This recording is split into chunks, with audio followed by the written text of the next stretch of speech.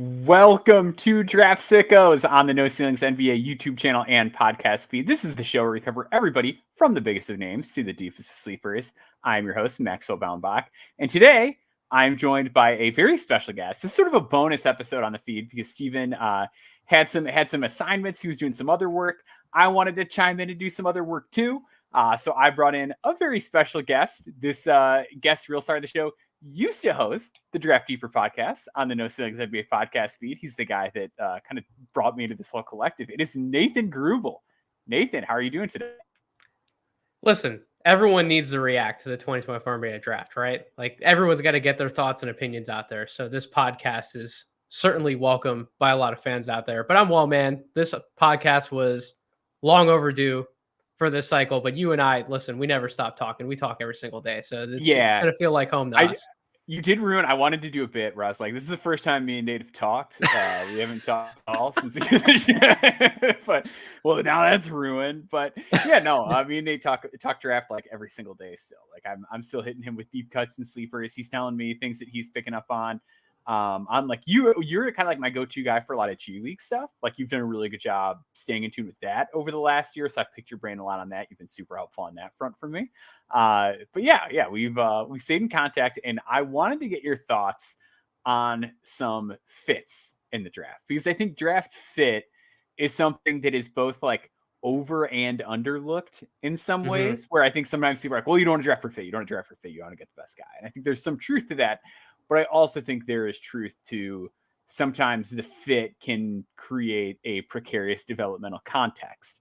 And it can be destructive to your team building in a way too, where like I always think back to we're 76ers guys during the process when they drafted like Okafor, Embiid, Noel, or whatever. And the idea was always like, well, these guys are top picks, so people are gonna want them. So we'll be able to create something for them later, because they were top picks. And then instead, the reality is you're negotiating a trade and a team is like, I'm not going to overpay. You have 3 centers. You want to get rid of them. So like when you create those sort of clusters and conundrums on your roster, I do think it can lead to real problems. So I do think fit does matter. And it's why every team's board looks different. But real quick, how do you kind of approach the drafting for fit versus drafting for need philosophy? So I think when it comes to the draft, we're always trying to go BPA first and foremost, right? But just because we're grabbing the best player available doesn't mean that you don't need to think about those other factors. That 76ers example, I mean, you nailed it right on the head, Maxwell. When Embiid, Okafor, Noel, I think there comes a certain point where they probably thought they were doing the right thing to get the best asset on the board. But when you draft that many players that play the same position in a row, you're kind of devaluing those players in a certain sense. Sure. Right? Because teams kind of get the sense of, well, they can't play 3 centers on the court at one time. So eventually they're going to have to move these guys or figure something out. We can swoop in, buy low on a player potentially. If they work for us, great. If they don't, we didn't pay a lot to get them anyways. So there's certain politics to that certainly happen. But in terms of fit, it's incredibly important because we can replay these draft scenarios 50 million different times, and there can be potentially 50 million different outcomes for these players based on where they went, based on who's mentoring them in the locker room, who's the coach, how are they looking to use him, who are the other guys in the roster, how does that chemistry develop? So just because a player goes to one place doesn't mean that we couldn't replay their career back if they would have started somewhere different or made it to a second team that was different, and they could have had a completely different outcome. So I think trying to find that right situation off the bat, first and foremost, is the objective of a lot of teams nowadays, but especially a lot of agents too, trying to help get their clients to positions where they can really succeed and perform well to get to that second contract. Certainly. And I think there are areas in which like it can be really great for teams, where like teams can find a guy in like the second round or UDFA pool in particular, where it's like, hey, this agent wants this for their player. We can accommodate this exceptionally well. Like this is going to be a great relationship for everybody involved. I think like the best example of that is Austin Reeves with the Lakers, where he sort of, at a certain point makes a choice like, hey, let's kind of can steer the ship here and go undrafted and figure it out. They find a great landing spot for him. He fits right into a role for them. He's playing right away. He's doing great. He gets a nice second contract from the Lakers.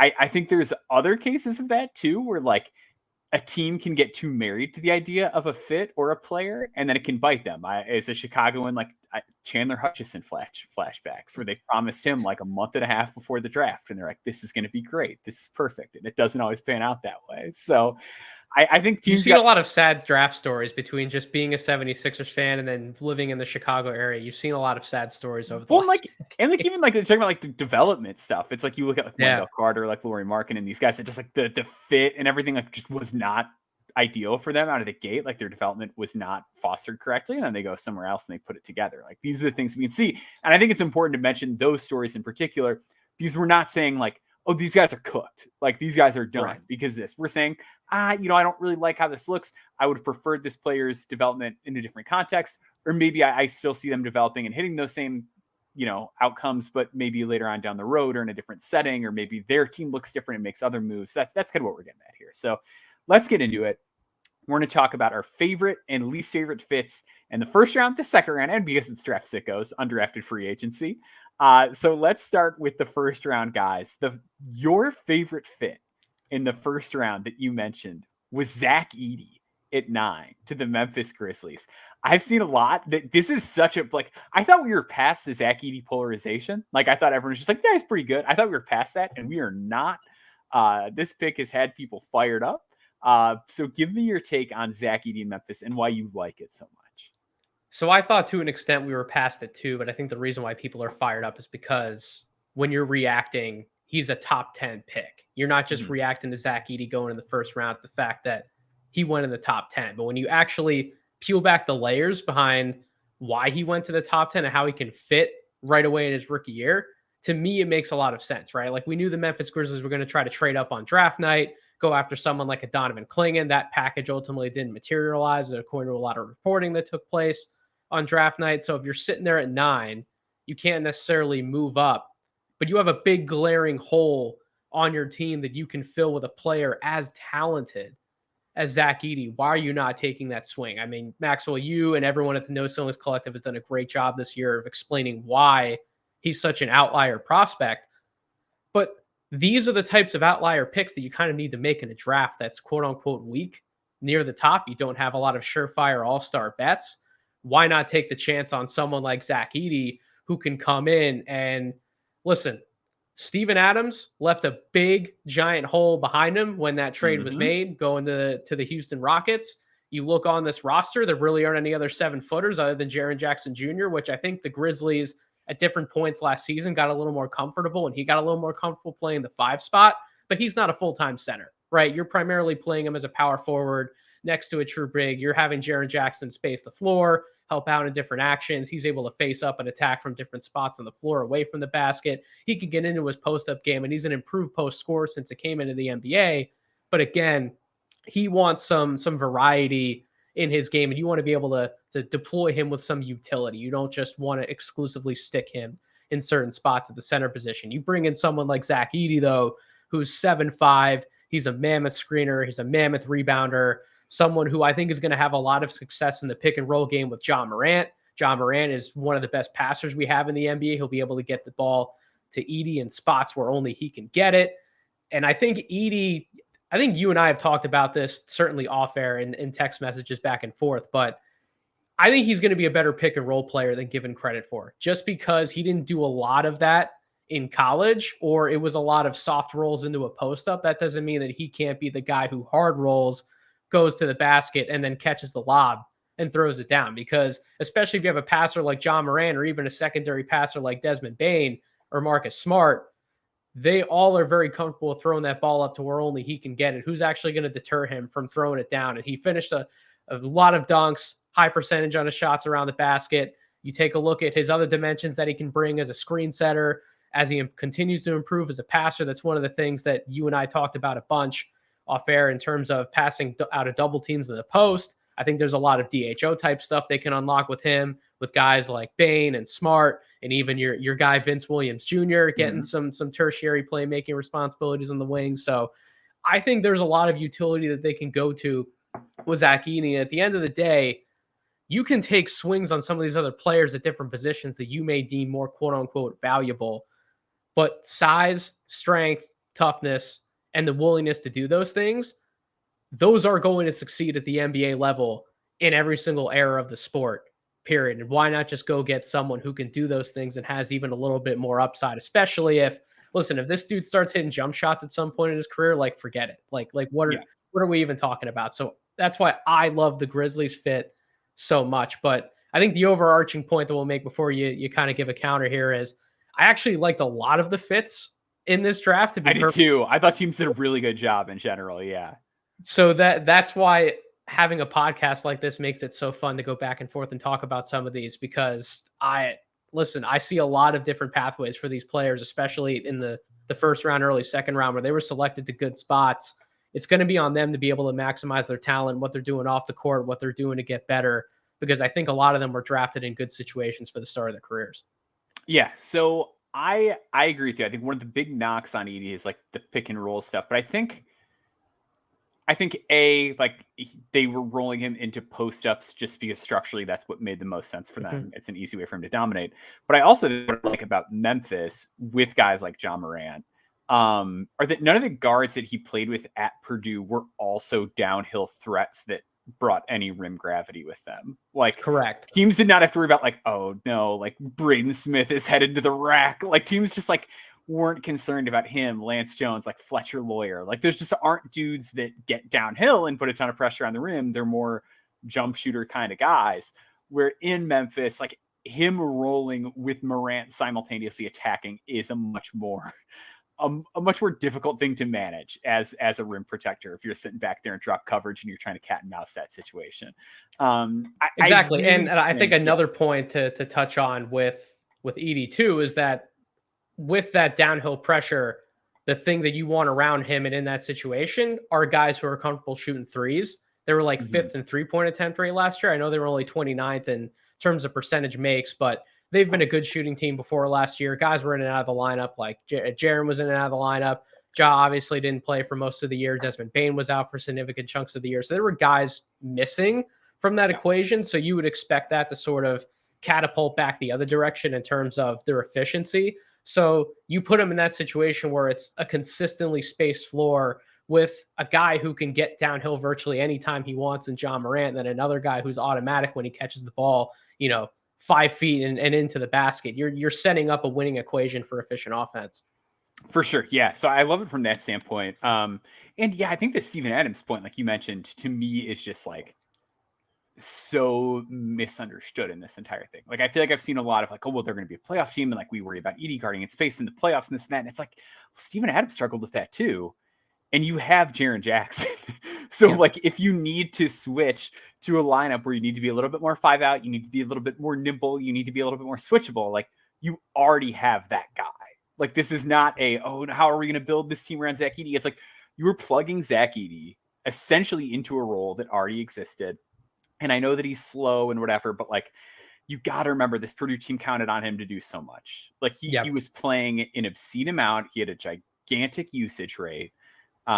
He's going to be playing in shorter spurts. He's not going to have to worry about getting into foul trouble. Like a lot of these things that like I think make him appear a little bit more slower or appear a little bit lacking in polish in defensive pick and roll is stuff that can come around once those sort of pressures are taken off of his shoulders, so to speak, at the NBA level. So I really like this pick. I've been kind of firm in the camp of like, I think there's a chance Edey is like this outlier dominant guy. I think most likely he's not. I think what he is most likely is a good NBA starting center for a very long time with exceptional size. And I think there's like, honestly, I think there's a very little chance that he like just can't cut the mustard, which there are still people like in the league, pundits in the draft space. Like there are people that believe that. Like there are still people that are and like, I guess that could be a possibility too. Personally, I think that's extremely unlikely. But yeah, I think you get a good player right away. In the regular season, when you want to keep Jaren Jackson out of foul trouble because he likes to do that and he still can struggle as a rebounder at times, like you're covering for that, you're getting your screener, you're getting your dirty work big. And then if there's matchups in the playoffs where Edey struggles, then you slide Jaren to the 5 and you're good. 100%. I think there was a time about 2.5 years ago in the draft community where all of a sudden we started swaying away from, drafting for size and taking bigs in the lottery, taking bigs near the top of the draft. You want these two-way wings. You want these types of guards who can play both sides of the ball. They can pull up and shoot from anywhere. And those positions are incredibly valuable, but that doesn't mean you should devalue size, devalue something that's worked in the NBA for so long. And now we're kind of seeing a switch back to it, not just in terms of players like Edie, but I think big men in general are getting a lot more versatile. They're a lot more skilled. They're trying to develop these skills a lot earlier on in their careers, to the point where if you have a player who's plugging X, Y, and Z gap, and they can do things really well that you would expect a big man to do, and they have upside of their own, they're coordinated, they're mobile, like, why are you not taking someone like that in the lottery? Why are you not prioritizing size? Because how many of those 7+ foot guys who are skilled and have different dimensions of their game that can really add to a half court offense, to a half court defense, how many of those guys really exist in the NBA that you're able to bring in on a rookie scale contract and sort of be able to control the price of them for 4 to 5 years, whatever the case may be? Like that, it just doesn't happen as often as you think. You can't just get a big man off the bargain bin and, the free agent class and bring him in on a minimum contract and expect to get the same value and the same results out of someone. If you draft Edie and have him for 2 years and all of a sudden by year 3, he looks like a guy who's worth a lot more money than you're paying him right now. Those are the things you have to think about when you're drafting. Yeah, well, especially in the CBA environment too, where like if you're a good team, it's like you don't want to just like be eating up your books with like a guy who is going to stink for 3 years. Like at least like the idea that you can like talk yourself into like this might actually be pretty good in year 1. Like that's a nice thing for a lot of teams, because that money is valuable. I know we're probably going to get into it like with different guys, especially that you're going to talk about, but you're hearing so much discussion amongst free agency right now of how many guys could walk away from their teams just because of all these different rules with the first apron and the second apron. And if you have any sort of dead money on your books, regardless of where it is, you're going to be hampered in different ways from adding to your team, even on the margins, not even just talking about adding like a star player or trading for a guy on a max contract or a semi-max contract, but even on the margins, you're going to hamper your team. So it makes it even more crucial to nail some of these picks with guys who they might not have the highest of upsides. They may not be these two-way wings, but if you're comfortable and you're confident in them playing, you got to nail those picks. Sure. Let's move on to mine. The Chicago Bulls, Modest Buzelis. I like it. I'm a happy man. I'm a Modest guy. Like no one else at No Ceilings really seems to be, but I am. I love Modest Buzelis. We'll high five through the screen here. So here's the thing with Modest.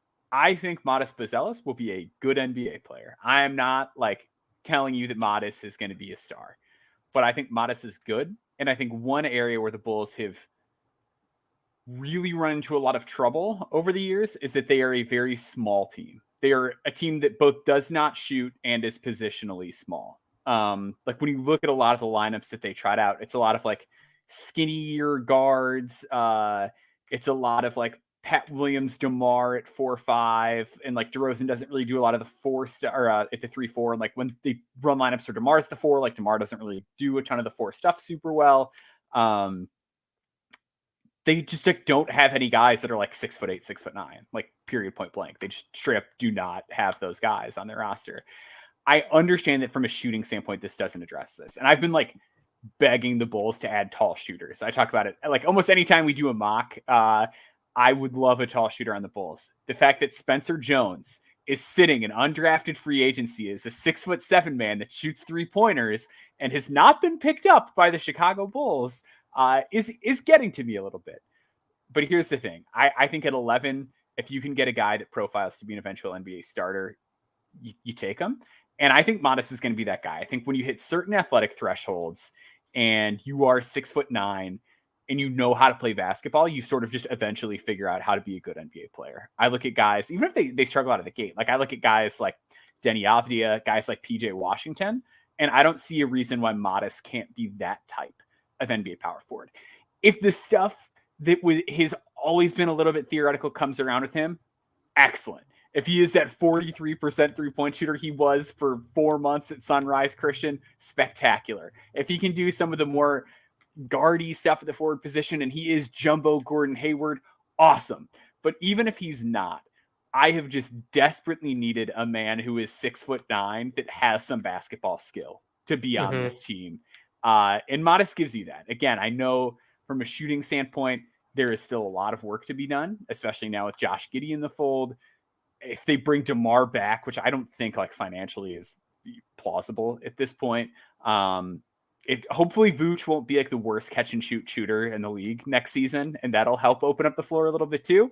But I like Modest. I just think they have been missing the curve on guys that have some size and know how to play basketball. And I think too, if he can work alongside Pat, now that he's sort of locked in for 5 years, that's like a lot of just like length and annoying defense at the wing spots. Like the idea of Pat Williams, who's like sort of, this really good isolation defender, good on the ball, has the instincts to help out, Modest, spectacular help instincts. Even if they end up with a center eventually at some point when it's not Vucevic, that is like a little bit defensively deficient, having both of those two out there at the same time helps. I just think it's a step in the right direction as far as the young core to finally get somebody else other than Pat Williams in there that has like a little bit of length to him.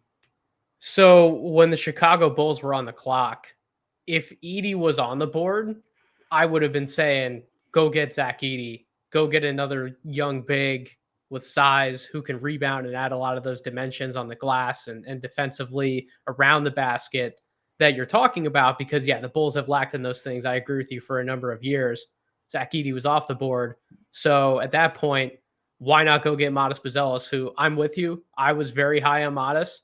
He was in my top 3 this entire draft cycle, and he ultimately landed at that 3rd spot. So if you're just looking at my big board, getting my 3rd ranked player at 11, clearly I'm seeing a lot of value there, but I'm also seeing it for the Chicago Bulls, the team, because you take a look at what this team's going to look like in the future. Yeah, you're keeping Patrick Williams. You have Nikola Vucevic for now. But other than that, your quote unquote building blocks at the moment are a bunch of guards who have had, I don't know. I don't want to be too insulting, but let's just say the defensive impact has been on and off with those guys, right? That's a very polite way of putting it. That's a very polite way, but between Kobe White, Ayo Dosunmu, and then they just brought in Josh Giddey, right? So you need guys behind them who can help protect the rim, who can scramble, who can cover ground, rebound. Modest Buzelis is going to do those things for you. There is more upside to buy into with him. You talked about if the jumper comes around. I'm a believer in that the jump shot's going to come around. He may not be 40% from three-point range, but I do think he's going to become a guy who can spot up from 3 on the wings, from the corners. He's going to be able to space the floor for you at that 4 position.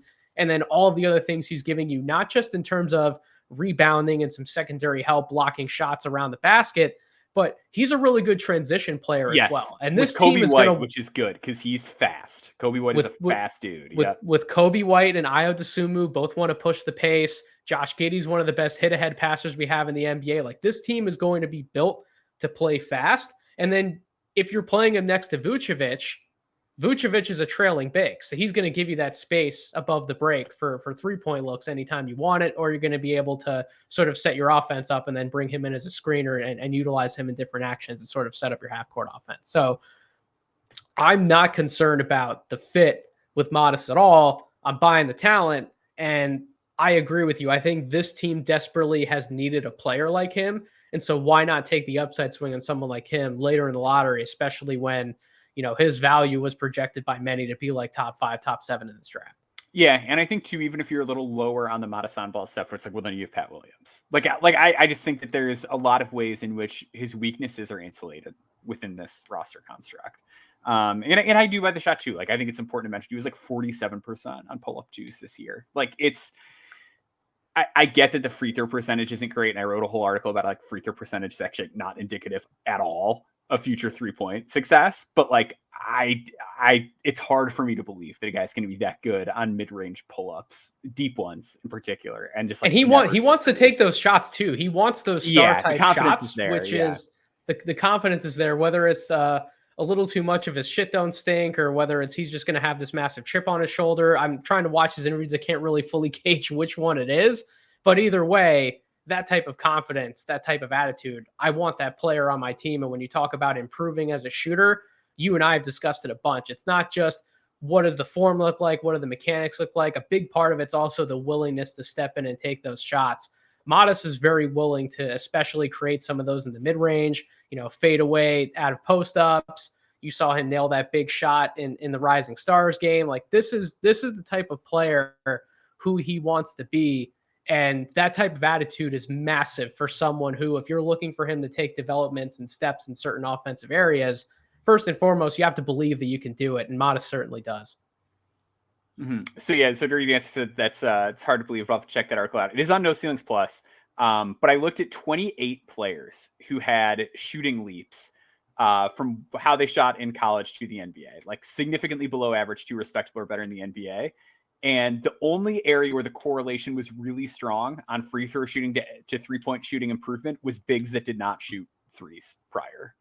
Like that was it. So it was actually 50-50. 14 out of the 28 were actually subpar free throw shooters that became respectable NBA shooters. So it's one of those things that like that take for whatever reason has been out there forever. The data does not bear that out whatsoever. It is a coin flip as to whether a good or a subpar shooter is capable of a shooting leap. I agree. I think volume and context on film are way more important indicators. Usage rate and age were like the other two, where it's just like, does your team trust you to have the ball a lot? Are you basically allowed to shoot and make decisions a lot? And like, are you younger and do you have time to fix it? We're much more correlated, like far more correlated than free throw percentage. So let's get to the Drury part of the episode. Let's talk about the first round fits that we're not as big on. You pushed back on this one, and I'm actually going to push back on yours, which is fun. Like I think we both sort of disagree. So I'll get mine out of the way first. I like Yves Missi from Baylor.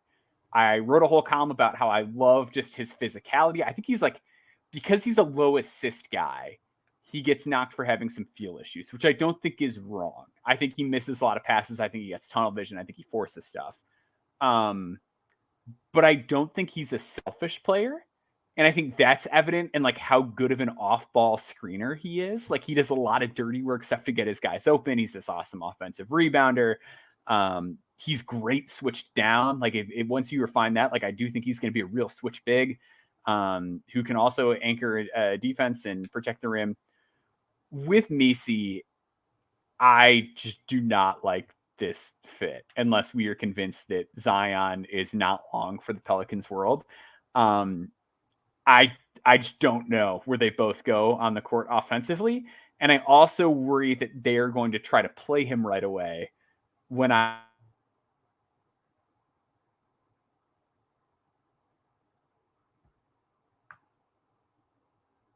of this roster, and there's just like not other big men on this roster at all. So it worries me a little bit. I think playing him right away could be perilous. I just don't think there's a real path for him to see minutes right away. This is also like a roster that just doesn't shoot a lot in general, so the spacing isn't very good, but I think particularly like the him and Zion thing just freaks me out. Help me feel better about Yves Missi in New Orleans. So I think the biggest thing, which I guess when I was talking with you the other night about why I actually didn't hate the fit, they also hadn't made the DeJounte Murray trade quite yet, which that technically changes things a little bit because I think how we were envisioning looking at this roster going into next season, where every time we get glimpses of quote unquote point Zion, the flashes are freaking awesome. Mm-hmm. And this team can really hum offensively when he's the primary guy who has the ball in his hands. And he's looking for other guys like, Brandon Ingram and CJ McCollum to come off of different actions, maybe dance with him a little bit and pick and roll type stuff. And at the end of the day, he's the primary one making decisions. Everyone else is working off of what he's doing, right? So in that type of construct, Zion's a guy who he's feasting first and foremost, not just in the half court when he can get downhill to his left, but in transition, he's a big plus. And if you're going to play a transition style of offense, you need a big who can not only run with him, but who can also finish vertically above the basket with him and catch his lob passes, whether it's from him or Zion passes ahead to somebody on the wing and then they're looking for Missi on the lob. Missi's an incredibly awesome vertical spacer as a big man, someone who can get up, has an awesome catch radius, someone who can get up and finish those plays. So from that aspect, I think that's an early way where he can contribute.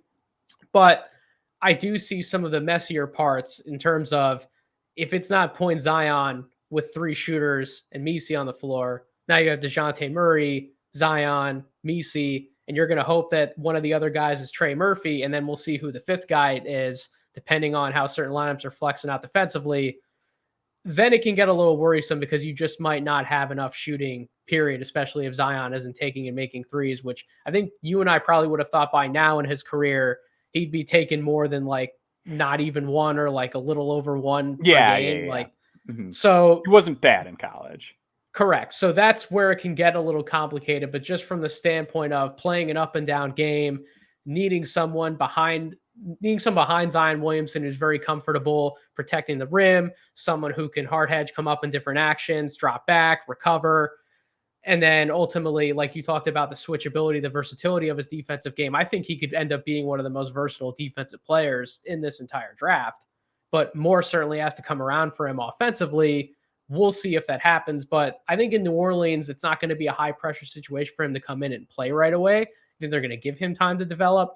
And then certainly the up and down type aspects of what I've seen New Orleans try and do offensively in the past, I think he can fit in there. But yeah, the DeJounte Murray trade, we didn't have that information the other night we were talking. Sure, so that definitely mixes a few things up. Do you like the DeJounte trade for what this does, though? Because I do think like it helps with your spacing in a way, and he's like a good transition guard. It can help. I think the idea was to try to see how much usage Zion can handle, and now you're going to be splitting those reps with DeJounte. Mm-hmm. And I know it's different, right? Because Zion and Trae Young is a small guard, but we did just see an experiment in Atlanta with two higher usage guards who are better on the ball than they are away from it, try and play together, and it ultimately fizzled out. Like it didn't work. And so I just wonder, are you going to be able to take advantage of the best aspects of Zion? And what does that look like with two of them as dance partners? Because the other way you can go, if you aren't looking for a big like Misi to play next to him, is you're playing Zion at the 5, and that creates a whole bunch of different problems defensively for you, especially depending on the rest of the personnel you're playing around those guys. So I have more questions than answers with the DeJounte trade. I think it's always a good idea to try and figure out ways that you can acquire talent. And DeJounte Murray is one of the better guards that we have in the NBA. I just have questions in terms of how it's all going to play out. But I mean, for given what they gave up, they didn't give up a lot to get him. So like, why not take a swing on someone like that who has all-star level talent? Sure. So speaking of swings on guys with all-star level talent, give us your least favorite fit of the first round. So I don't want to sound negative on the player because I'm not. We both like the player. I like Ron Holland. Yeah. As a player, as a prospect. But this selection for me, however, is very much more so about the fit, not necessarily Ron's upside, right? Because before the draft, I was incredibly adamant on the Pistons getting anyone in that lineup who could freaking shoot. Yeah.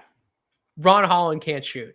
He literally can't shoot right now. And so when we're trying to figure out who are the right running mates for Cade Cunningham and we're thinking Jay Ivey, who are those extra pieces in the front court that you're going to surround them with? Well, Jalen Duren has the highest upside of any big on their roster. He's not shooting the ball.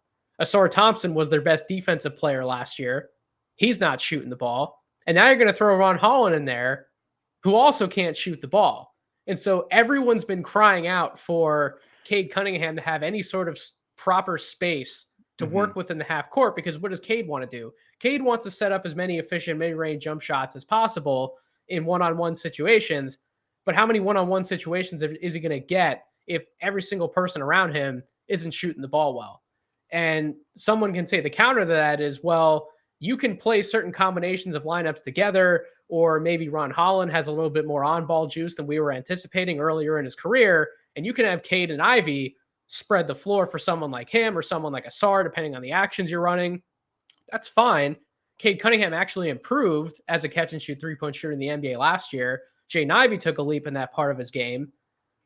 But are you maximizing their talent if you're playing them away from the ball as opposed to on it? And I think the last piece that I'll say about this Ron Holland fit with this particular roster is an argument in his favor is that they brought in Fred Vinson as a shooting coach, which is awesome. I 100% agree with that argument. However, Asar Thompson is also on the roster, like I mentioned. His shot needs to be arguably rebuilt from the ground up. You're probably going to have to rebuild Ron Holland's jump shot from the ground up. So I just wonder, we've talked a few times before about having too many developmental guys in the building and how that could potentially leave something on the table for these other guys. I can't speak for the Pistons. I can't speak for Fred Vinson because clearly they think that they're heading in the right direction if they ultimately brought him in and drafted him. I just wonder, trying to work with both of those guys at the same time, can that be a little bit too much in terms of what they're actually going to be able to do in a short amount of time from a developmental standpoint, working with both of those guys on their shots? So I like Ron a lot as a prospect. He was number 6 on my board. There was a number of different situations I thought he could have went where it would have made more sense to me. We'll see how it works with Detroit. I just don't know if this was the best place for Ron to end up at. Yeah. So with Ron Holland, like, I'm probably like one of the higher people in our collective on him. I know a lot of people in our collective on him have not been high on Ron Holland. Like, I'm not that guy. Like, you go read our Spurs draft lottery preview. I was pitching Ron at 4 to the Spurs because I thought if you wanted to go athletic wing, like the idea of him and Victor defensively, that would have made sense. Yeah, like I would have loved that. I would have preferred that to Stephon Castle at 4, which I know a lot of people disagree with, but whatever. That's my take. Here's my thing with Detroit. Are we sure anybody on this team is good? I'm pretty damn sure Cade's good. Okay. I'm pretty sure about that. How good are you sure Cade is?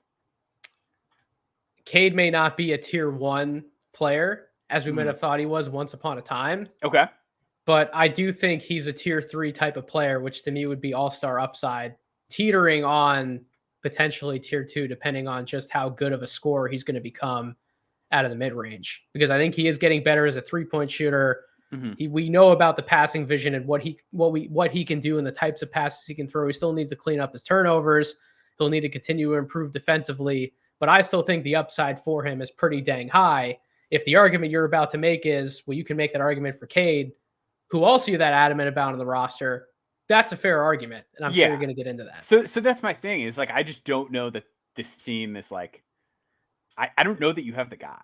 Like, I'm kind of convinced that Cade is not going to be the guy on a really great team at any point. I think he can be next to the guy. You think he's the second guy? Yeah. I think that's possible. But there's just nobody on this team that has like really compelled me to be like, look, it's time to build. I would not be shocked if there is a serious reshuffling of the deck here. Like, to me, like even like a guy like Klingon made sense here. It's like, I don't know, like I like Jalen Duren, but I'm not like convinced Jalen Duren is the center of the future. Is like a 6'9" guy who, and this isn't his fault, I don't believe. Like he had a lot of defensive potential in college, but like he's really struggled with ball screen defense at the NBA level.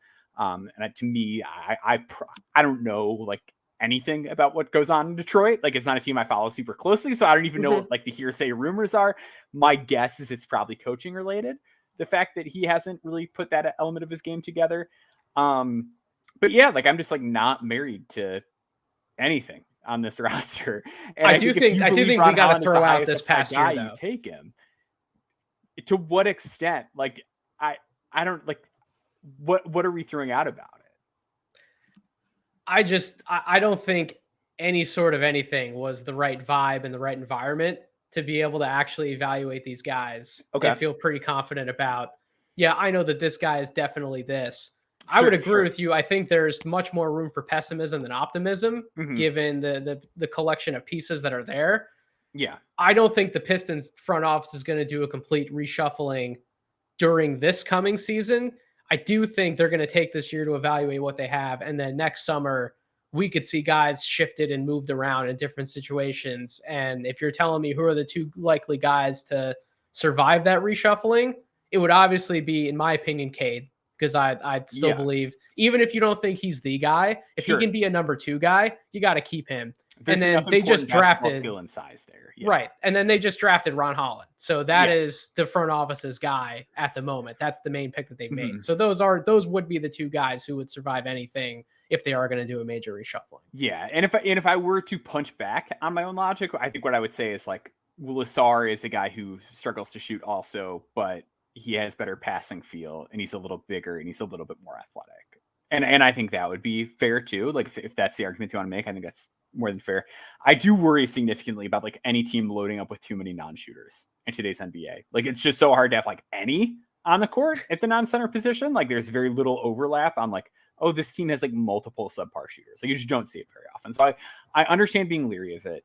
But I do think that Ron's like shooting confidence, if nothing else, even if, he wasn't shooting well pre-draft, the percentage is bad. Like I just wonder if that's something that he can do given his like tools. The fact that he is still like super young, like was one of the youngest guys in this class. Like I think there's a little bit more hope that he puts that together. And if he does, then you're just getting like a super high upside wing who makes a ton of plays on defense. And like I've always liked the idea of like a yin and yang next to Cade, where Cade's like cerebral, and then you get someone next to him in like Asar's case who like is cerebral but is also like so athletic and like up and down, that like you have these different speeds that you can play at. I think Ron plays into that sort of theory a little bit too. But I'm a little more open to this spec. I think like on the court for Detroit Pistons basketball next season, is it very messy? Yes, I think so. And I worry again, like that's another year of these guys' developments that you're complicating. I completely understand that.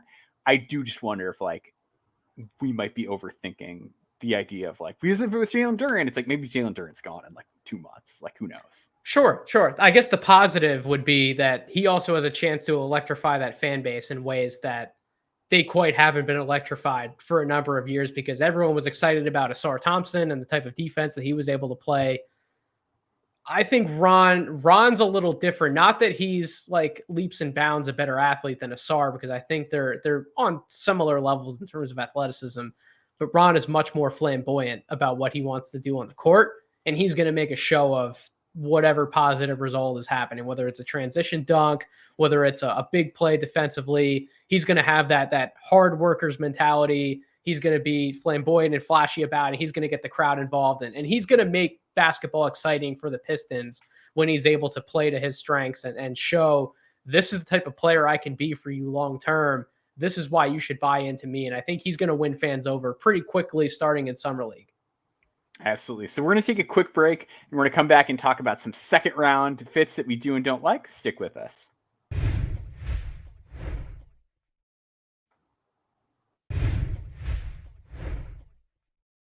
All right, so let's snake draft this bad boy. Let's go with your favorite fit of the second round, or do you want to go negative here? Or do you want to do your favorite or least favorite in the second round? No, we can do favorite. We can keep it positive. Let's do that. So you and I mentioned near the top, we're 76ers guys. Yep. And their draft was interesting because both of their picks that they made, I would have went different directions, but I didn't dislike the guys that they picked. And then the more I thought about Adem Bona in the second round, the more I started coming around to the pick, because what's been the major gripe with the Philadelphia 76ers that we've seen now for multiple trade deadlines and multiple drafts? Minutes. Yep. They just don't, for whatever reason, want to spend resources and valuable assets on actually getting a backup big man for Joel Embiid. And what do we see time and time and time again? The dude's going to get hurt. And I think the excuse that they've used is, well, Embiid's such a valuable player. You're going to be playing him in the high leverage situations, 36, 38, 40 minutes a night. If you're only looking at another big man or two big men to come in for 8 to 10 minutes a night, why are we going to use a resource on that type of player to acquire him when we can go get guys at different positions who fill bigger areas of need, and we can patch that backup center position together with whatever minimum contract guy or buyout guy, whatever the case may be? Or we have B-Ball Paul on our roster, who actually filled in pretty well at different times last season as a backup center who had to step in as a starter for when Joel Embiid was out. My main issue with the Paul Reed thing is I think they bungled that so poorly because they just didn't play him enough up to this point of when they actually needed him, when they needed him to take a step forward in his development and prove that, hey, I can command, 16, 20, 24 minutes on any given night. I can be a valuable backup, or I can be the guy who's coming in to spot start for when Joel Embiid is out. I didn't think he played poorly at any point last year, but I think had he been given more opportunities leading up to that point, I think I would have felt much better about where the 76ers backup center spot was compared to ultimately where they stand now, which is we don't even know if Paul Reed's going to be back in the shuffle next year. They're trying to preserve as much cap space and keep as many opportunities open as possible for other spots on the roster. But now they went and drafted Adem Bona in the second round. And say what you want about Adem Bona, but he played in 66 college games over 2 years. He averaged about 25 minutes a night over both of those college seasons. He is an incredible transition athlete. He's someone who's going to get the crowd going. He's going to make big plays defensively. He offers you a little bit more defensive versatility than just drop coverage. He can switch out in certain spots. He can hard hedge. There's multiple different ways that you can use him and how he can provide value. If you only need him for 8, 10, 12 minutes a night, that's great. If you need him to play a little more, he's going to be able to. He's very, very well conditioned, incredible worker. That's the type of guy that you can make an argument. They could have went different spots. They could have brought in another wing. They could have tried their hand at a forward. But I think recognizing that, hey, this is a spot where the player on our board is worth the value play, especially at somewhere like 41 in the second round, where how many guys drafted 40 and back? You know, we see stories that these guys don't work out all the time. Why not go and get a guy that the more people you talk to around the league, other scouts in this space, people who are following college basketball, the more people you talk to, the more people have good things to say about him. And again, I think it's that dependability, that durability, and that motor and that willingness to go make the next play. I think it's going to help feed off of Maxey. I think it's going to help feed off of whoever else they bring in on the roster. I think Embiid's going to like him and want to take him under his wing. I just think it's a massive W the more and more I think about it for the 76ers. Yeah, I love this pick. I had Bona as the highest rated guy on my board when the Sixers were on the clock, and then they took him. So I felt great. I was thrilled. Yeah, I just like him a lot. I think he's sort of one of those obvious guys you can play in an NBA game. Am I saying Adem Bona is a future starter? No. I do have real concerns about his decision making. He has been like a firmly negative assist to turnover guy every year. He forces some bad shots, like whatever. But man, can he defend? Like he can really, really defend. And I keep harping on this, but like so often people are like, oh, this guy can switch or whatever. And like when we talk about guys who switch, it's also still really important that they can protect the rim. Like, I don't care if a prospect can switch, if his like block rate is still like 3 and he's a big man. You know what I mean? It's like, all right, well then like, why don't I just play a forward then? Like, what am I doing? Why do I need to play this like switchable big? If like, what advantage am I getting out of this? With Bona, like you were getting the advantage of like, he is gigantic. He can switch down. He can still block shots. He's still a high level rebounder and a high level lob target who's going to finish everything that you throw him on offense. So I like that about him quite a bit. I do think like the rebounding numbers don't bear themselves out super well. Like on paper, like, they're not quite as good as you'd expect them to be. Mm-hmm. I do think with the motor, that's stuff that you are going to see kind of turn around at the pro level. And then like they also just like were playing a lot of other guys that rebounded a lot. Like Stefanovic has always been like a really good rebounder for his position. A guy like Sebastian Mack rather is like sort of just like a bowling ball dude who likes to get his hands. It's like I think there's some reason to believe that that's not quite as bad as the numbers would bear out. But yeah, I think he's just like a high energy guy that's going to come in, compete, play super hard. Like you mentioned, the character stuff is great. Like I think that's as important as anything. Is like when you're drafting a guy in the second round that you need to count on to do something right away. Potentially, like you need them to be an adult. Like you need somebody who's going to come in, practice, play hard, and understand what their role is. And like Adem Bona is going to do that. And like we had a comment here, like Adem Bona deserves a bigger role than he'll have in Philly. It's like that's exactly why you draft him. If you're the 70s, that is exactly the kind of guy you want in the second round. It's like, wow, I can't believe we're getting him in a role that he could potentially be overqualified for. Personally, I don't think he is. Like I just am not there with the passing, the decision making, some of the consistency in general. But like, yeah, I think if you really simplify the offensive role and just have him play his butt off, which he loves to do, you're going to cook with him. 100%.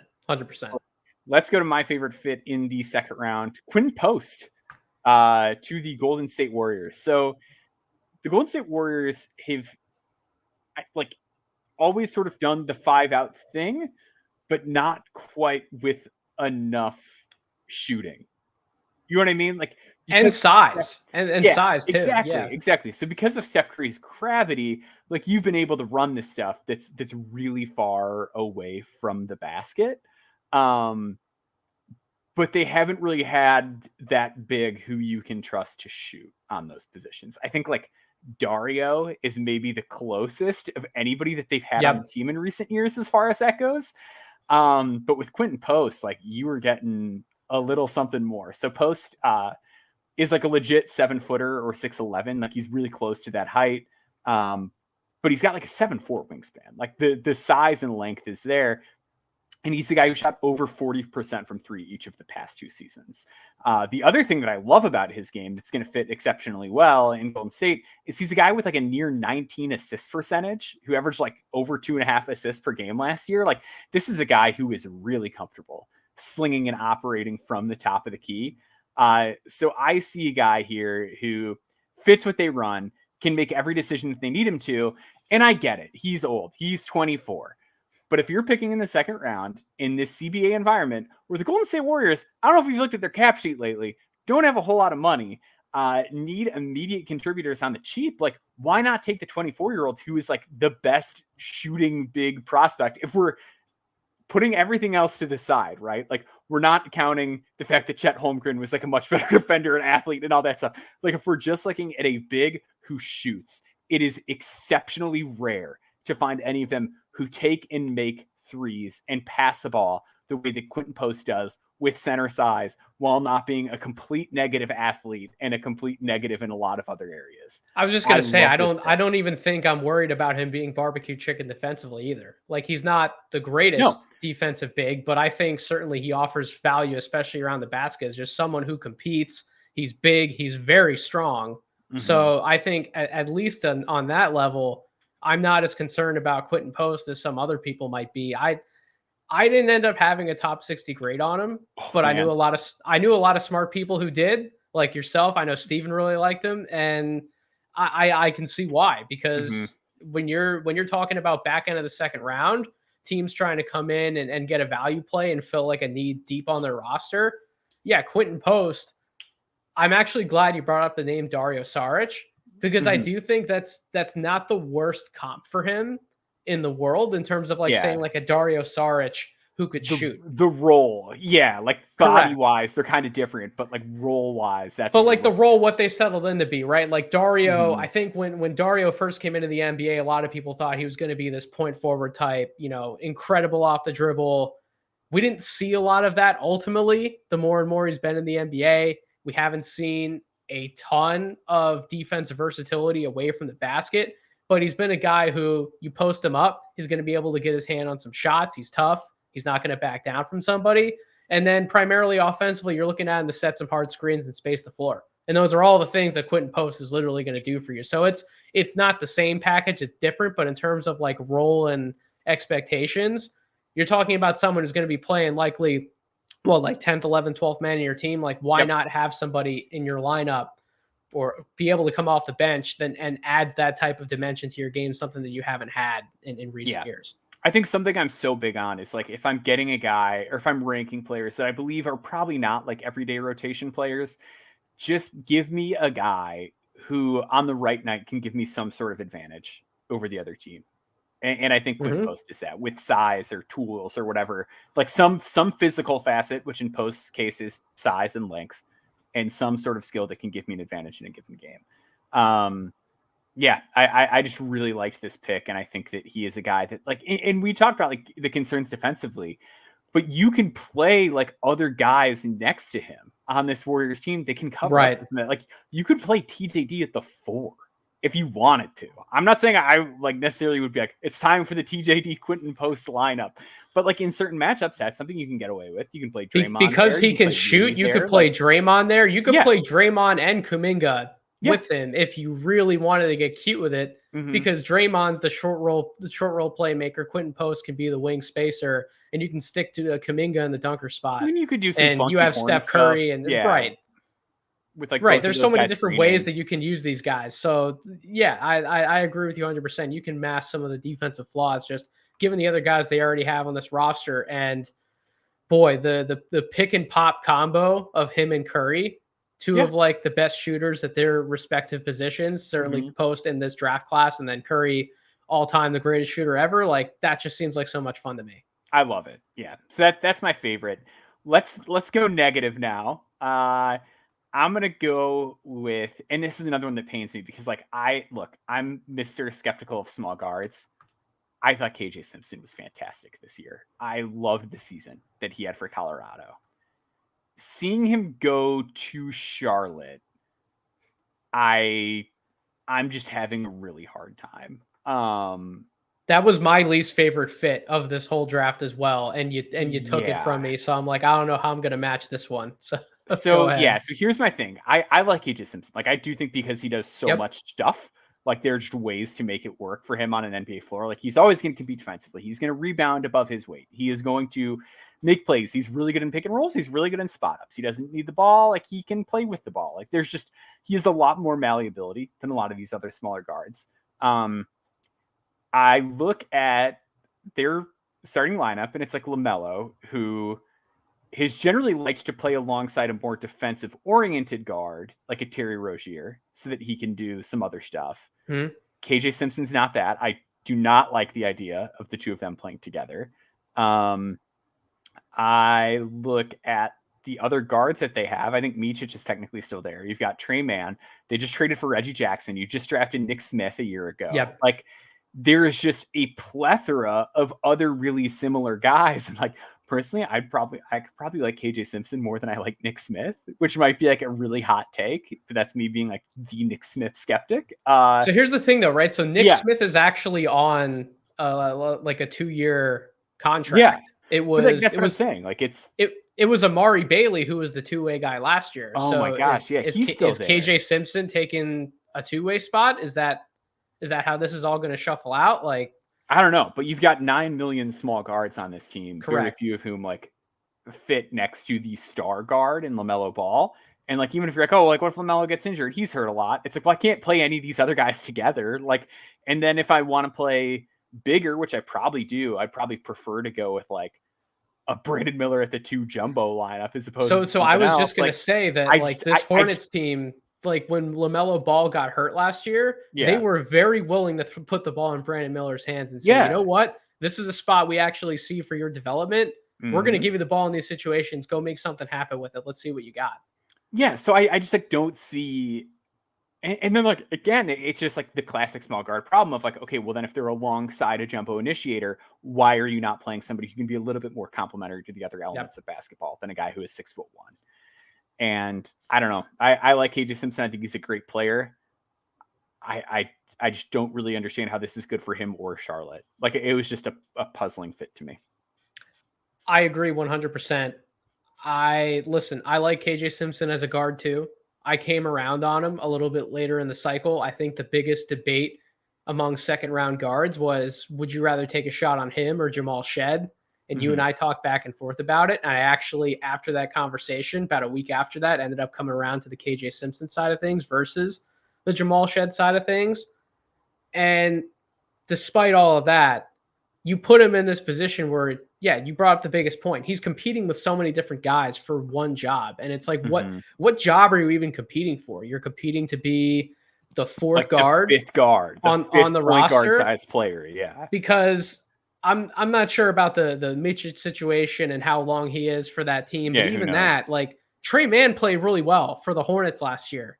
He had a little bit of a resurgence for that team. You have LaMelo Ball. You drafted Nick Smith in the first round. You drafted Nick Smith. So it's essentially, it's a competition between KJ Simpson and Nick Smith. And even if KJ Simpson wins that competition, point guard spot, what prize did you win? Exactly. Yeah. And what does that even mean for your contract? Like, I think it's very likely that KJ Simpson, I don't think we have any details yet, but it wouldn't surprise me if one of those 2-way spots ended up being his, because I don't think they signed 3 other 2-way guys. I don't know what's going to happen with Leaky Black or Marquise Bolden. Leaky was on one. Yeah. I think Leaky and Marquise both have multi-year 2-ways. So there's probably one spot left. So, and they've been you're not going to use the 2-way in the UDFA market. Like I was just working on a column about this, and like I think they had like one summer league guy, and that was it. Yeah, they did summer league deals with Drew Pember, Raekwon Battle, and Kevin Cross, and signed Joel Soriano to an E10. So like it could very well be a 2-way.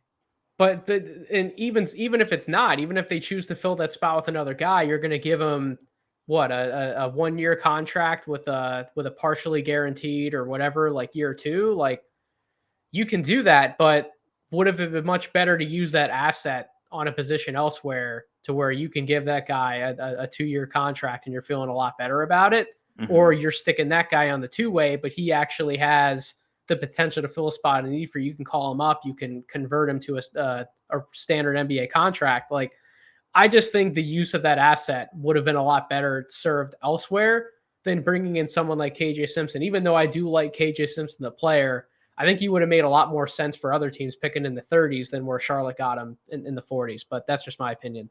For sure. Who was the one in the second round that left you a little puzzled? Because I know you're saying obviously like doubt this was kind of the one for you and that you like most of these picks. Was there anybody else that stood out that you're like, I'm not crazy about that? So it's a guard for the same reasons. It's AJ Mitchell. And listen, I like AJ Mitchell. I had AJ Mitchell as a top 45 grade pretty much this whole cycle. He was an electric scoring guard at UC Santa Barbara, really upped his production the last 2 years with more of an on-ball role, averaged 20 points per game, had good splits virtually across the board. He actually proved last year that he can play a little bit of an off-guard spot. Like he hit 45% on 58 catch and shoot threes. That's not the highest volume in the world, but it's enough of a sample size to where, okay, I'll buy it. Like, why not give it a shot? So there's an argument to be made where you can never have too many of these complementary players who can dribble, pass, shoot, right? Like that's, I think, the biggest argument we're seeing in the NBA today. But when you have too many of them at potentially the same positions or playing similar roles, like ahead of him, you have Shea, you have J-Dubs, who's going to keep getting more and more work on the ball. You just traded for Alex Caruso. You drafted Cason Wallace last year, who looks pretty damn good. You just took Nikola Topic in the lottery, who I think everyone's expecting him to take the Josh Giddey type role off the mantle, would not be it next year, but the year after when he's healthy and able to come back. So you already have 5 higher usage players. And you just drafted Dylan Jones, who is also like another. And you drafted Dylan Jones, guy, who, even if he's more of a wing. So you have Isaiah Joe, who's another like guard size shooter. Correct. So I actually think, the amount how do you think Dylan Jones is going to be used on that team? I think he's actually going to be like a gadgety small ball 4 for them. But how do you think he's going to be used? Yeah, that would make sense to just cover up some of the rebounding stuff. Correct. But either way, he's going to handle the ball and he's going to make decisions for you, regardless of whatever spot you're putting Dylan Jones at on the floor. So you just look down this roster and it's like, okay, well, we're going to stick AJ Mitchell in the G League. And like, that's fine. But again, is having AJ Mitchell ready in the G League alongside Adam Flagler on the blue, like, is that your best allocation of that particular asset rather than like, what if the Thunder would have drafted a Dembona? Like, what if they would have went a route like that where, yeah, I get it. You have Jalen Williams on the roster. You're probably thinking about making a move for some veteran big in the market here over the next few weeks. But what if you would have used the asset that direction? What if you would have gotten another type of combo forward guy in the second round? Like, what if you would have just moved off the pick in general and gotten more future assets back rather than making it? Like, they probably liked AJ Mitchell enough to where we're going to take him. We think this is better than whatever combination of second round picks we're going to get for future years. But does this bode well for the player? Is this the best situation for the player? That's why it's not that I'm down on AJ Mitchell. It's not that I don't think it can work. I just don't know how many minutes he's going to get within his first 2 years of playing. And we see so many examples of talented guys who, if they don't find the right role and the right fit early on in their careers, they got to bounce to another team. It's not all of these guys end up working out in those situations on a second team and their careers take off. And some of them just struggle to find a home in general because it didn't work for them right off the bat. And then we're kind of left thinking what could have been with someone who averaged 24-4 at UCSB and had an electric scoring year and was like a top 40 player on a lot of people's boards. Like what happened? What could have been? So that's why I didn't like it. Not that I don't like AJ Mitchell.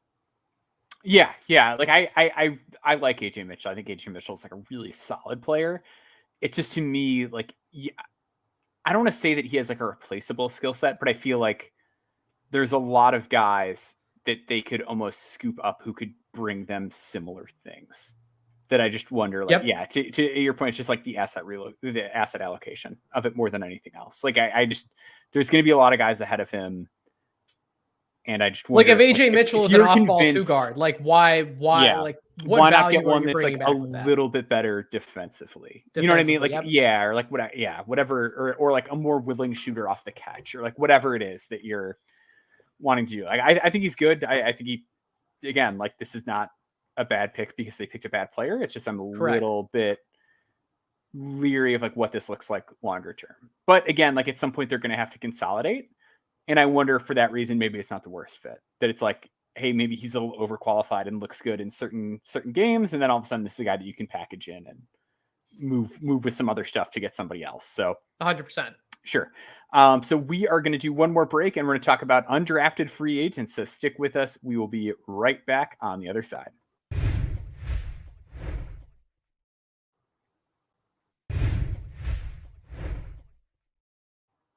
All right, let's get the negativity out of the way first here. Who is an undrafted free agent signing that you're like, I don't really know about that fit? So I wrote this down. I talked myself out of it a little bit as I was putting more of the notes together. Mm-hmm. But I'm still skeptical of the player that Trey Alexander is.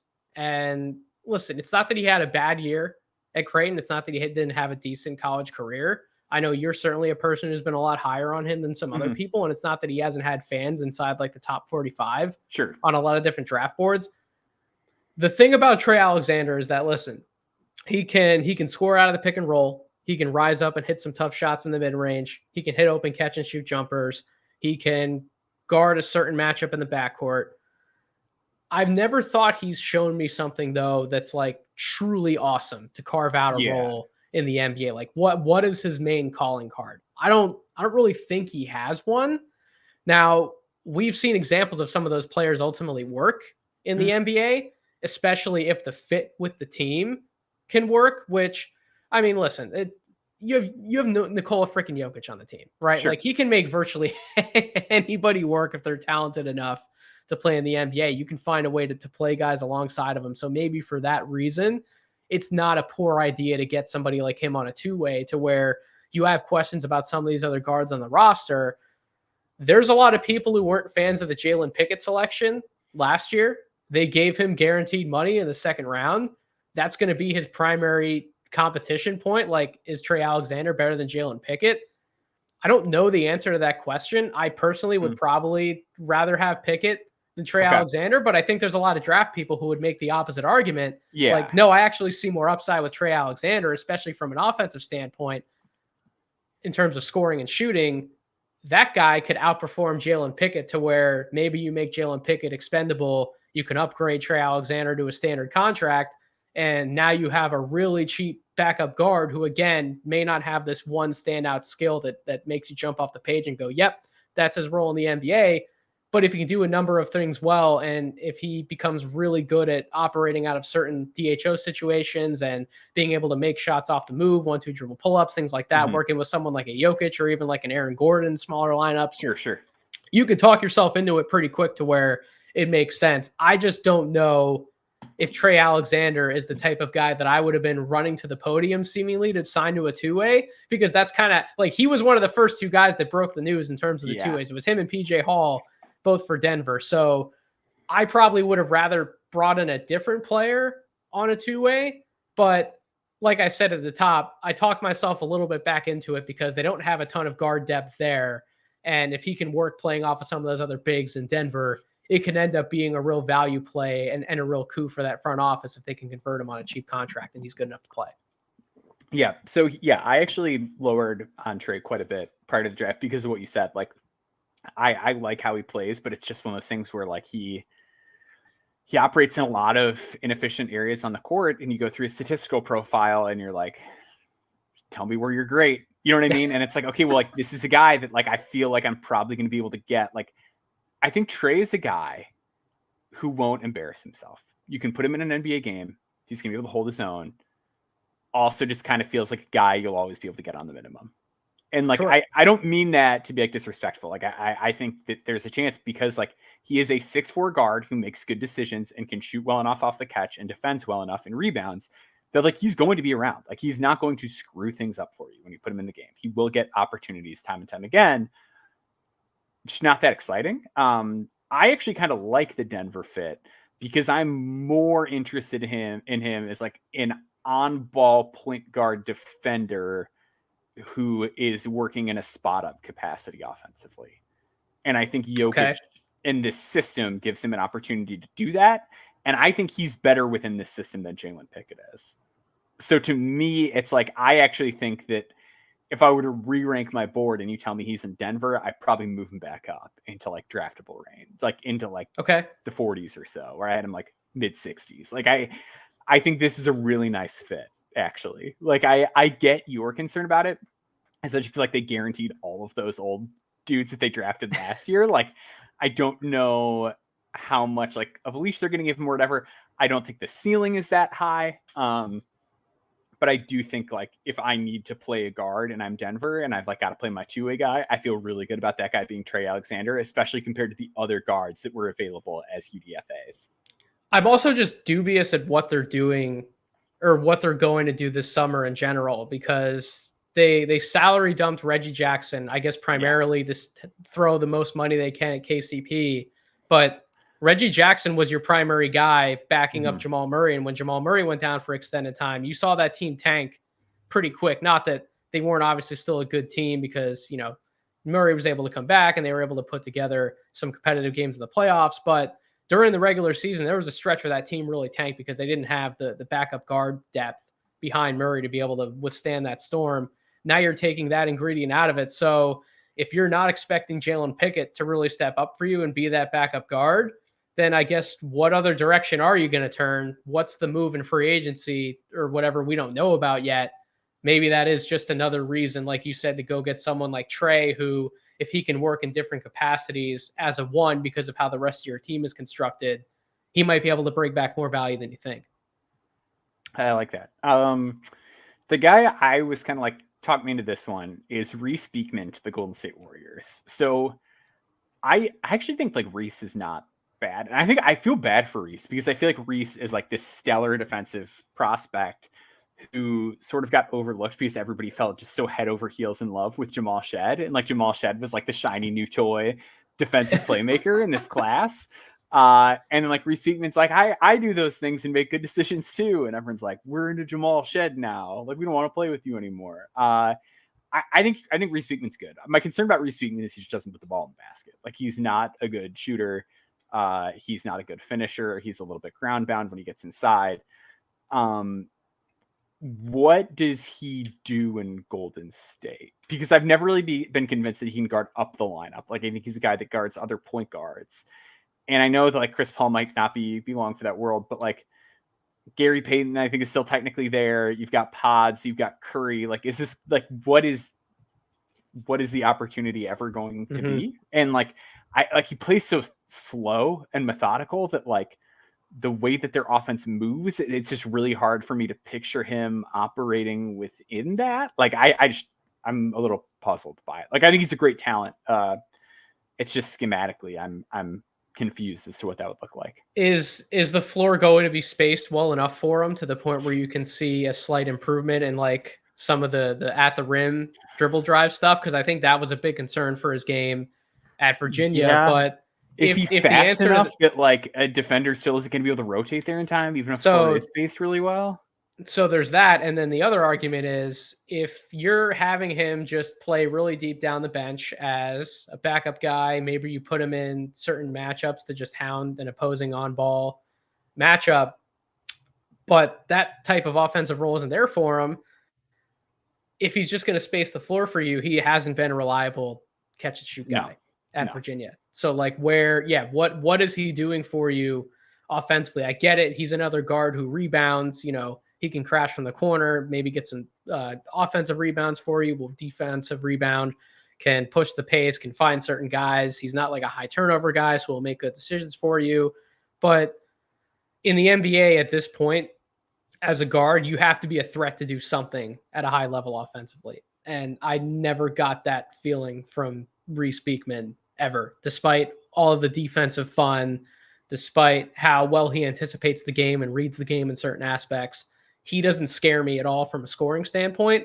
And I think opposing NBA teams would love to see him on the floor as your point guard. So that's why, like, I don't see the value for him as an NBA guy, no matter how many scouts and people were trying to stand up for him as like, hey, my box score sheet in Excel was spitting out all these fun numbers for him. This is why analytically this guy's going to be awesome on the tape. And from the numbers that I want to look at for a guard, I just don't see the case for him. Sure. Let's turn it around. Let's go positive to close it out here. The Miami Heat getting my guy Kashad Johnson. Boy, yes. Oh boy. Do I love the Miami Heat, a intense defensive team that cares about things like fitness levels, bringing in an absolutely shredded, high work ethic, high motor player like Kashad Johnson, who had like 50 dunks last year. Like he's like one of the top forwards on the dunk leaderboards in all of college basketball. I think he's a better downhill passer than people realize. Like Arizona rolled him a lot, and he was making some slick finds later on in the year. And his jumper mechanics, I know, look, like 38% or whatever it was on really low volume for a forward. He completely reworked that shot. If you look at what the tape was at San Diego State versus what it is now, I think there's a chance he can shoot it. I just feel like you say the phrase Heat culture, I picture a guy like Kashad Johnson, a guy who's going to be selfless, be all over the place, lock dudes down, and finish plays, and just be happy to do it. I love Kashad Johnson at the Miami Heat. You know what pisses me off about the rest of the NBA is that we have these Heat culture guys pegged to a T in mock drafts. And like we know that's a Miami Heat type of guy, and if he goes there, they're going to come back to bite us in the butt at some point over the next few years. And yet these teams let them go to them anyways. It's like, no, we're not going to pick Pele Larson. No, we're not going to scoop up Keshad Johnson on a two-way. Like, no, we're not going to do it. We'll let them go to Miami, whatever. And then they come back to be not just like guys who are fringe sticking in the NBA, but like they become solid rotational players. Yeah, and it's like, how are you missing the boat on this? Like, I'll never understand it. But I agree with you for all the reasons you said. I had Kashad, I think like 45 to 48, somewhere like that, my final board. Yeah. Once you get to like pick 40, we know. Like, just take bets on guys who, one reason or the other, despite the concerns, you can point to these things and say he's going to stick potentially for these reasons. Kashad is one of those guys, and that's why like I would have just taken him if I were another team. I wouldn't even let him go that far. I would have taken him, given him guaranteed money, whatever he wanted out of a guaranteed contract. Don't let him get into a free agency type of market to where Miami's just going to be like, yep, thank you. We're just going to take the easiest two-way play in whole market and call it a day. So, yeah. And then who is yours? Because yours is actually the top-rated UDFA on my board. So I chose Jalen Bridges as mine. And the argument that I can make for Jalen Bridges is actually a similar argument I can make for a guy, Blake Hinson, who signed with the LA Lakers. Bridges signed with the Phoenix Suns. But Bridges was the only top 45 guy I had on my board who didn't go drafted. And I guess at different points in the draft, it becomes like a politics thing. Like, guys, once you fall to a certain spot, like it's better to just have more choice and more agency over where you can ultimately go. So I think that's more so the reason why someone like Bridges went undrafted. We get to those points. These guys don't go drafted. Everyone's up in arms. Like, how didn't he get drafted? And it's like, oh, my board falls apart in the second round. It's like, you got to think about it from their side as well. It's not just they didn't deserve to get drafted. It's not that the talent didn't warrant a top 45 selection. But listen, with Bridges, very, very simple reasoning here. He is a guy who has thrived in situations where there's been multiple ball handlers in the same lineup, and he's left to just do the easy things, right? Hit the spot up corner threes, crash the offensive glass, attack a closeout here and there, and then just play the type of rangy defense where he can help you in certain team situations, guard up and down the lineup between the 2 and the 4. Again, he's someone who can rebound for you.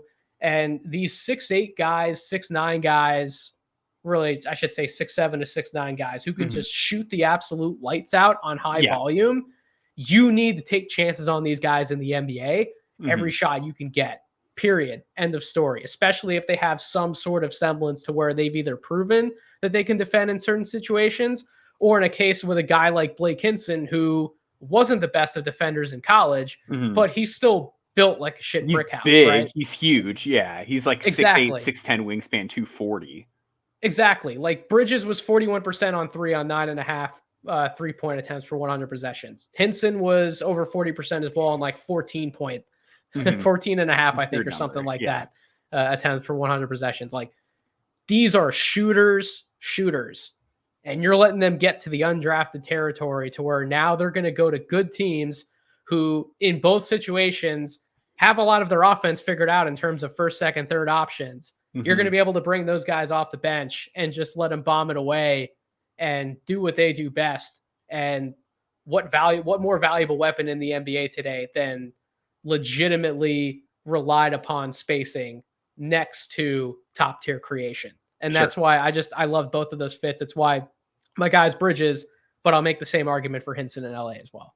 Absolutely. Well, I think that does it. I've got to wrap things up over here on my end. But Nathan, tell people about what you got in the works and where they can find your stuff going forward. So you'll always be able to find me on Twitter at Draft Deeper. I have an exciting project in the works. I've talked about it on a few other shows, but real quickly, it's going to be called Youth Movement NBA.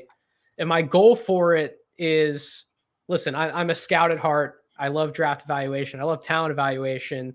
But I think one of the aspects that we can do better in terms of public coverage is looking at guys who have come into the NBA, young guys, right? Third year of service or less, evaluate where they are, where they're going, and what lessons can we actually learn from their developmental paths and their career track records.